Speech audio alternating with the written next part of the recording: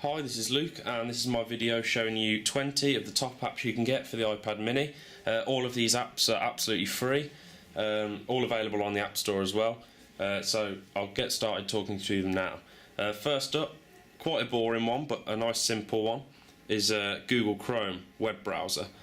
So rather than Safari, I much prefer the layout of, obviously it remembers your favourite tabs. When you open up the tabs, it looks better as well, much like using Google Chrome on a computer. So that's a really simple one. Much prefer that over Safari. Next up, obviously since Google and Apple's fallout, there isn't a YouTube optimised app for iPad yet. Obviously they've just brought out the iPhone one, but there isn't an optimised app for the iPad yet.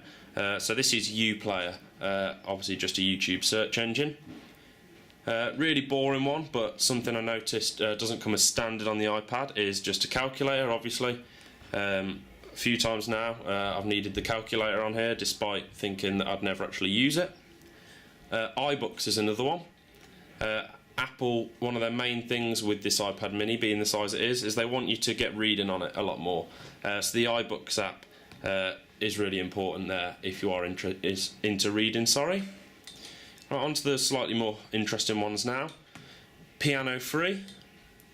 Not quite the one on the advert, for the Apple advert, but obviously on here you can play and create your own music. You can even learn to play. I can't play piano at all, but as you can hear, standard piano, and there are other instruments on there. eBay app. Everyone loves eBay. Pick up a bargain or even sell things. Obviously you could even run a business, if you run an eBay store you could run a business off the iPad mini, which is really helpful. Skype, obviously you've got the FaceTime camera. Some people might not have an iPhone or an iPad so they can FaceTime you, but you can chat for free over Skype thanks to the camera and the internet messaging service. BBC iPlayer, I'm not sure if this is a worldwide one, but certainly in the UK you can catch up with all the best BBC programmes. Obviously some of the best programmes on TV with no adverts at all. So quite a good one really for catching up there. I really like this one, Photoshop Express. You can take or edit any picture. This is obviously going to be really boring, taking a picture of the table. But there's a lot of effects you can actually put on the pictures, considering it's just a free app. Obviously you can go into the effects, if I just find where they are, and you've got absolutely loads of effects in here that you can do to your images. I'll just pick any old example, I suppose. So there we go, just obviously the standard thing you can do. If that was a picture of a person, obviously that would work much better. Solitaire, who doesn't love solitaire when they're bored? A real good time killer, just playing solitaire, rack up hundreds of games in no time playing this addictive game. Clash of Clans. This is a really geeky game that I was recommended. It's into sort of like Age of Empires, if you ever played that.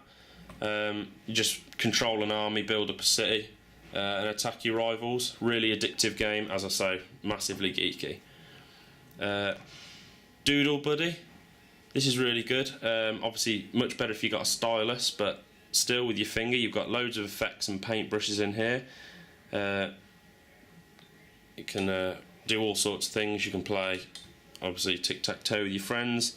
You've got all sorts of things you can do in there. Not going to go into too much detail on that. Shazam, a lot of people have heard of this app.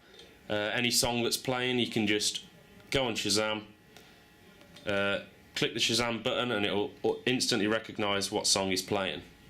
Now, next two apps, I'm a big poker player. Don't know if everyone will be interested in this, but this WSOP World Series of Poker is a free poker game. Just sort of play against a lot of computer players, or then I've got PokerStars as well. I know a lot of viewers are from the US. Hopefully online poker will become legal again in the US soon, so that'll become more relevant then. But they're the best two, free and obviously pay to play. Free to download but pay to play PokerStars app there. We've got IMDb movie app.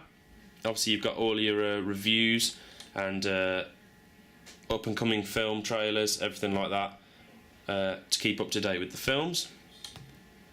Find your iPhone app. This is a really useful one if you have got an iPhone. It also works with a Mac when that's turned on or in a Wi-Fi area. It will track your iPhone where it is. It will, if you click Find, it will track down your iPhone on a map. It will also start playing an alert from the phone, so you can track it down if you're close to it, or potentially scare off the people if anyone has taken it. Dropbox is a really useful service, internet storage service where you can store loads of pictures, videos, anything like that. You can just store, well, it's not unlimited, but you can store a lot of stuff before you start having to pay. Netflix, again, free to download, although you may have to pay to use some aspects of the service. You do get a free trial. Streaming any movie or video that's on the Netflix service straight to your iPad, which is really useful. And finally is the official Twitter app. You've got Facebook as well, but I much prefer Twitter. The official app is really useful and it's absolutely free. Hopefully this has helped you out. Please like the video if it has. And also please subscribe to my channel for regular iPad mini videos. Thanks for watching.